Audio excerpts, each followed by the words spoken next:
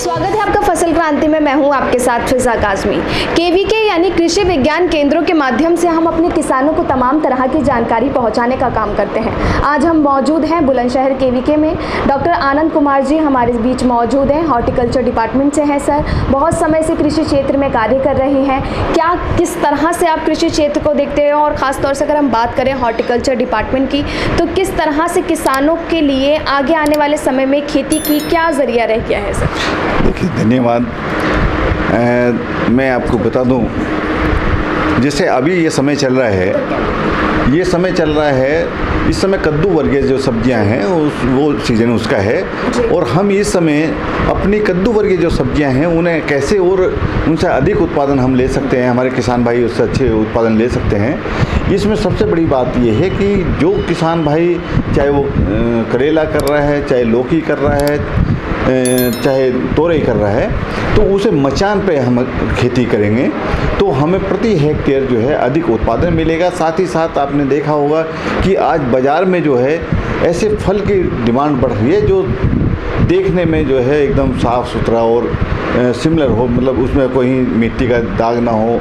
तो ऐसे फसल को लेने के लिए हमें जो है मचान आज बनाने की आवश्यकता है। अगर हम मचान बनाएंगे तो हमारा उत्पादन के साथ साथ जो है अच्छा फल हमें मिलेगा। जिस तरह सर ने बताया कि एक मचान विधि को अपना सकते हैं किसान, लेकिन सर अपनी आय में वृद्धि करने के लिए किसान और कौन सी खेती अपना सकते हैं इस सीज़न में, या फिर जो समस्याएं हैं उसका कैसे निवारण कर सकते हैं? देखिए, जो हमारे किसान भाई हैं वो अच्छी भली जानते हैं, जितनी भी कद्दू वर्गीय सब्जियां हैं उन्हें लगाने का समय लगभग अब समाप्त हो गया है, और अब आगे समय आएगा तब दोबारा लगाएंगे। तो जो हमारे किसान भाइयों ने अभी लगाई हुई है, हमारे किसान भाई उसमें ध्यान दें कि जो NPK है उसका एक स्प्रे जो है करें इस समय, और उसके बाद जो है एक स्प्रे, अगर किसी की फसल अगर छोटी है तो वो हमारे इथेरल का 200 ppm का एक स्प्रे कर सकते हैं, जिससे जो है मादा फ्लावर की संख्या जो है वो बढ़ती है और उत्पादन हमारा बढ़ता है। जी सर, जिस तरह हम देखते हैं कि कई किसान फर्टिलाइज़र जिस तरह से उसका इस्तेमाल सही नहीं करते, या फिर उसका ज़्यादा छिड़काव कर देते हैं, तो आपको क्या लगता है, आप हमारे किसानों को ऐसी जानकारी दें जिससे उनको मदद मिले आगे? देखिए, सबसे पहले तो हर जनपद में एक कृषि विज्ञान केंद्र है जहाँ एक उद्यान वैज्ञानिक है। मैं ये सलाह दूंगा अपने सभी किसान भाइयों को, उस किसान क्षेत्र में जो भी आपका कृषि विज्ञान केंद्र है वहाँ जाइए और साइंटिस्ट से सलाह लीजिए। जो भी हम फसल लगाने चाह रहे हैं, सबसे पहले उसमें बेसल डोज जितनी रिकमेंड है उतनी मात्रा में नाइट्रोजन, फास्फोरस और पोटाश ये हमें डालने की आवश्यकता है। एक और चीज़ की जितनी भी आज मैं देख रहा हूँ, हमारी मिट्टी में बोरोन तत्व की कमी बहुत ज़्यादा आ रही है, जिसके कारण जो है हमारा फल जो है या तो सूख के गिर जाता है, या आपका जो है कुछ जो फलदार वृक्ष हैं उसमें फटने की समस्या आती है, या वो ब्राउन कलर का हो जाता है। तो बोरोन की डेफिशिएंसी बहुत ज़्यादा देखी गई है।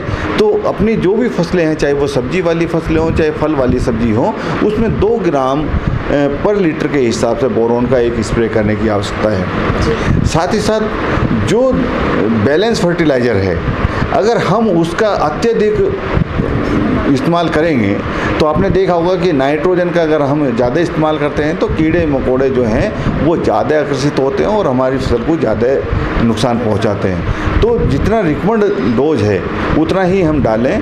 साथ ही साथ 1-2 स्प्रे जो है वो यूरिया की अगर स्प्रे में कर देंगे हम, या नैनो यूरिया का हम स्प्रे करेंगे, तो हमारा उत्पादन जो है वो बढ़ जाएगा और लागत हमारी घट जाएगी। इसके अनुसार हम खेती करेंगे तो हमारा उत्पादन लागत कम होगी और इनकम हमें अच्छी दिखाई देगी। जिस तरह सर ने बताया कि आप नैनो यूरिया या फिर यूरिया का भी इस्तेमाल कर सकते हैं, काफ़ी चलन में भी है अभी।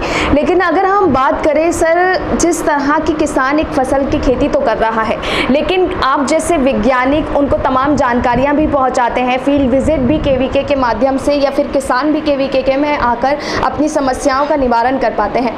लेकिन कई किसान ऐसे भी हैं सर जिनको आज तमाम जानकारियाँ नहीं मिल पाती हैं या वह अछूते हैं कहीं ना कहीं ज्ञान से, कृषि विज्ञान केंद्रों के माध्यम से जो दिया जा रहा है, उन किसानों को आप क्या सलाह देना चाहेंगे? देखिए, कृषि विज्ञान केंद्र पूरे जनपद में काम करता है और मैं जहाँ तक समझता हूँ कि कृषि विज्ञान केंद्र के जो वैज्ञानिक हैं वो एक अलग अलग गाँव भी अडोप्ट करते हैं। उससे अलावा भी जो बड़ी बड़ी गोष्ठियाँ हैं, किसान मेले हैं, वो भी हम कराते हैं। और हम 2 तरह की ट्रेनिंग रखते हैं जिसमें एक ऑन कैंपस होती है, एक ऑफ कैंपस होती है। तो हम ऐसे गाँवों का चयन करते हैं जहाँ से किसान हमारे तक नहीं पहुँच पाते हैं। हम उन गाँवों का लेके और उस गांव में जाके पूरी टीम जाके प्रशिक्षण देती है, चाहे वो किसी भी विषय का है, चाहे वो पशुपालन का हो, चाहे हॉर्टिकल्चर का हो, चाहे फ्रूट प्रिजर्वेशन संबंधित हो। तमाम तरह की ट्रेनिंग गांव तक जाकर दी जाती है।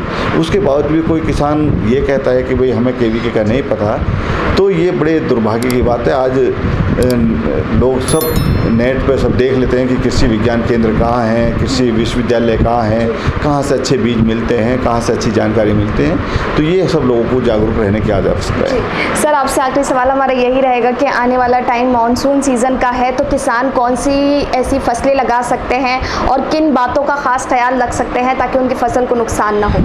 ये आपने बहुत ही बढ़िया बात पूछी है। देखिए, हमें आगे का प्लान पहले से बना के चलना पड़ता है और हमारे किसान भाई देखिए वो पहले से ही सोच समझ के चलते हैं और जानकारी ले लेते हैं। तो जैसे अभी हमारा मई स्टार्ट हो गया है, मई और जून के महीने में ही जो हमारे किसान फूल गोभी की अगेती किस्में होती हैं उनकी खेती करते हैं। उनकी खेती के लिए बहुत बड़ा रिस्क लेते हैं, पर वो जो रिस्क लेते हैं वही अच्छा इनकम पाते हैं। तो उसके लिए किसान भाइयों को मेरा कहना है कि जो हम फूल गोभी की तैयारी हम अपने खेत में कर रहे हैं, तो उसके लिए हम छोटी छोटी मेंढे बना लें।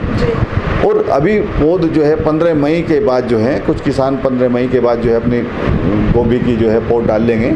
उसमें भी ध्यान रखें कि शेड नेट का हम इस्तेमाल कर रहे हैं, जिससे जो है अच्छी पौध तैयार हो जाए और वो कीड़ों से और मच्छरों से बचा लें उसे। उसके बाद जैसे ही 1-1.25 महीने की हमारी पौध तैयार हो जाए, 28 से 35 दिन की पौध तैयार हो जाएगी हमारी फूल गोभी की, उसे छोटी छोटी मेंढे बना के उस पे लगाएं, ताकि जो है जो बरसात के दिनों में काफ़ी भारी मात्रा में बारिश होती है तो उससे पौधे को नुकसान ना हो और पानी जो है नालियों के माध्यम से जो है वो खेत से बाहर हो जाए, जल भराव की स्थिति खेत में ना बने। इस तरह से हमें अपनी सुविधाएं करनी चाहिए।